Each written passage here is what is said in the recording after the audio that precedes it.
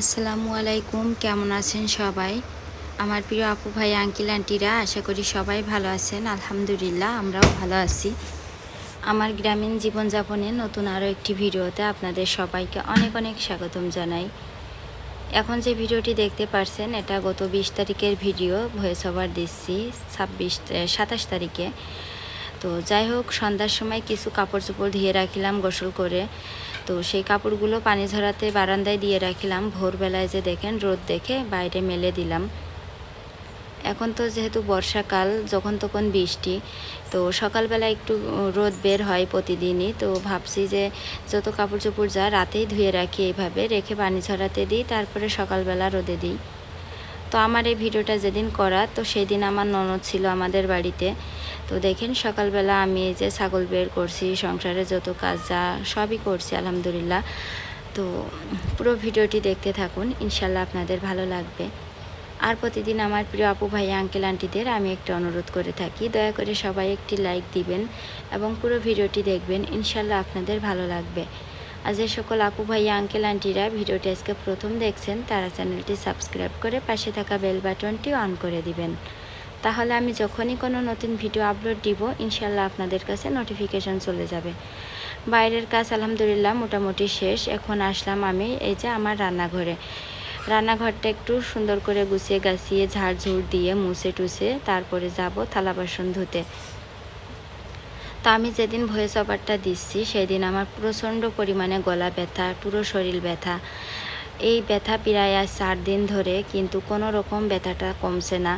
গলা ব্যথার জন্য লেবু দিয়ে গরম পানি আর লবণ খাচ্ছি, কিন্তু কিছুতেই গলা ব্যথা কমছে না। আর পুরো শরীর এত পরিমাণে ব্যথা, একটা মাছি একটা পিঁপড়াও যদি আমার গায়ে উঠছে তবুও আমি ব্যথা পাচ্ছি। একটু জোরে কথা যদি আনাসার রাফি বলছে তবুও আমি আমার গায়ে ব্যথা পাচ্ছি। তাহলে কেমন ব্যথা! যার কারণে আমি ভিডিও এই কয়েকদিন বেশ কিছু ভিডিও আমার করা আছে গ্যালারিতে, আগের ভিডিও করা। তো সেগুলো ভাবছি যে টুকটাক এডিট করে ভিডিও এডিট করে ভয়েস ওভার দিয়ে ছেড়ে দেব। কিন্তু নেটওয়ার্ক তো 5 দিন বন্ধ ছিল। বন্ধ থাকার পরে যখন নেট ফিরে আসছে, কিন্তু এত পরিমাণে নেট স্লো যে একটা ভিডিও আপলোড দিলে কোনো রকম যাচ্ছে না। তো 2-3 দিন ধরে এই যে ভিডিওটা বর্তমান দেখতে পারছেন, এটা কিন্তু আমি আপলোড দিয়ে পাবলিশ করিলাম 2 দিন আগে, কিন্তু ওখানে রাফিয়ার আনাসের একটু খালি গায়ে দেখা যায়, যার কারণে ইউটিউব ভিডিওটা ডিলিট করে দিয়েছে। তাই সেই অংশ বাদ দিয়ে আমি আবার ভিডিওটা এডিট করে আপনাদের সামনে দিচ্ছি। তো দয়া করে দেখবেন আপনারা সবাই পুরো ভিডিওটি।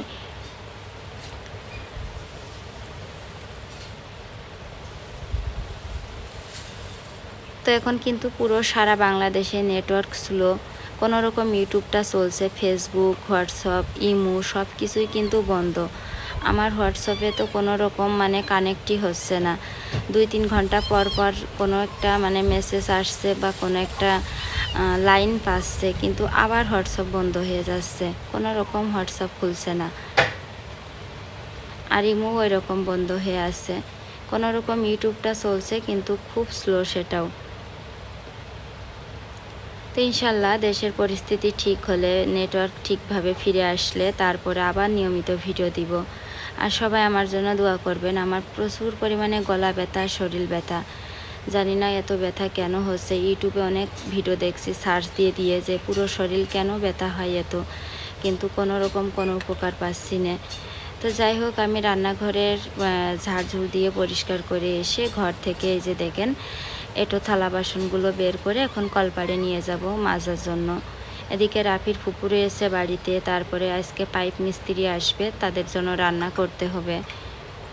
তো রাফির আপু এখনও ঘুমিয়ে রয়েছে। সকালের এইসব বাসি কাজকর্ম করে তারপরে ছাগল মাঠে দিতে হবে, তারপরে দোকানে যেতে হবে। কাজের কোনো আসলে শেষ নাই। একা মানুষ, সব দিকে কাজ করতে যেয়ে আমি আরও বেশি অসুস্থ হয়ে যাচ্ছি। কিন্তু কি করব, আমার তো কাজ করে একটা কাজ করে যে কেউ সাহায্য করবে এরকম কোনো লোকও নাই।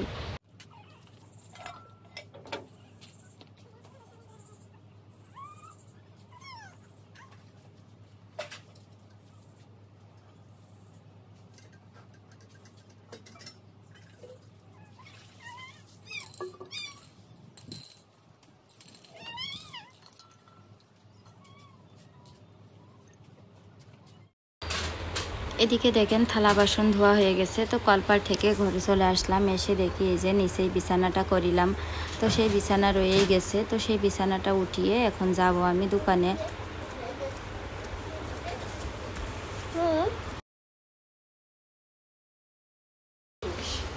তারপরে যে দেখেন এদিকে ছাগল ডাকাডাকি করছে, তো ভাবলাম যে ছাগলটা আগে মাঠে দিয়ে আসি, মাঠে দিয়ে এসে তারপরে দোকানে যাব। দোকান থেকে এসে তারপরে রান্না করব।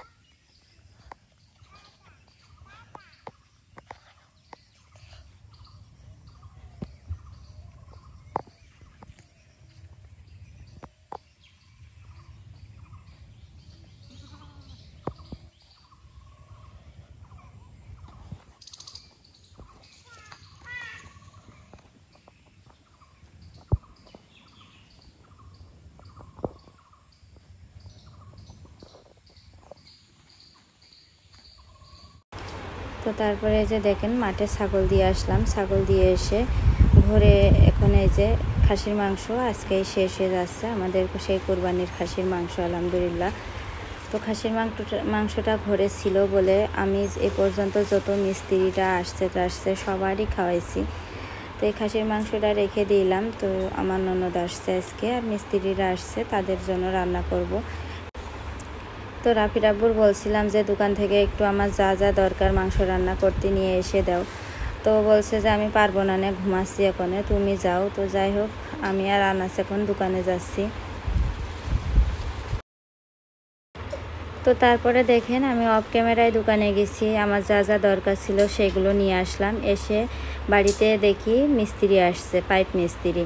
তো কী যে খুশি লাগছে মিস্ত্রি বাড়ি আসা দেখলে, মনে হয় যে আরও এক ধাপ কাজ আমার ঘর বাড়ির এগিয়ে যাচ্ছে আলহামদুলিল্লাহ। তো ওনারা পাইপ টাইপ কাটাকুটো শুরু করে দিয়েছে, ট্যাঙ্কি ম্যাঙ্কি সব পরিষ্কার করে লাগাবে। এই যে ছাদের উপরে উঠে পড়েছে মিস্ত্রি। তো এদিকে আমি অফ ক্যামেরায় দেখেন ওনারা কাজ করছিল, আর আমি ডাল রান্না করেছি আর সেই খাসির গোশ রান্না করেছি। তো এখানে 3 বাটিতে দেখতে পারছেন, একটা হচ্ছে মিস্ত্রিদের, আর একটা হচ্ছে আমাদের সবার, আর একটা হচ্ছে রাফি দাদার আর দাদির। তো 3 বাটিতে ভাগ ভাগ করে রেখে দিয়েছি।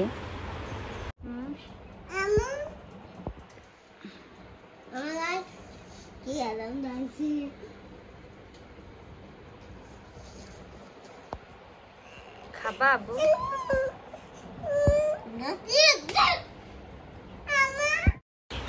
তো তারপরে যে দেখেন পাইপ মিস্ত্রির কাজ এখনও শেষ হয়নি, তো ওনাদেরকে আমি অফ ক্যামেরায় খেতে দিয়েছি। আর এখানে আমার জায়নামাজ, তারপর আরও কিছু জিনিসপত্র সেগুলো রেখে দিয়েছি, পরিষ্কার করব। তো যাই হোক এদিকে দেখেন আমার কলপাড়ে আলহামদুলিল্লাহ পানির লাইন আর কি, ঝর্ণার লাইন করা হয়ে গেছে। তো সেটা দেখে আমার রাফি আনাস ওরা তো মহা খুশি, ঝর্ণায় গোসল করবে। তো এখনও পানির লাইনটা দেওয়া হয়নি, ওনারা কাজ করছে, কাজ করতে করতে প্রায় সন্ধ্যা লেগে গেছিলো।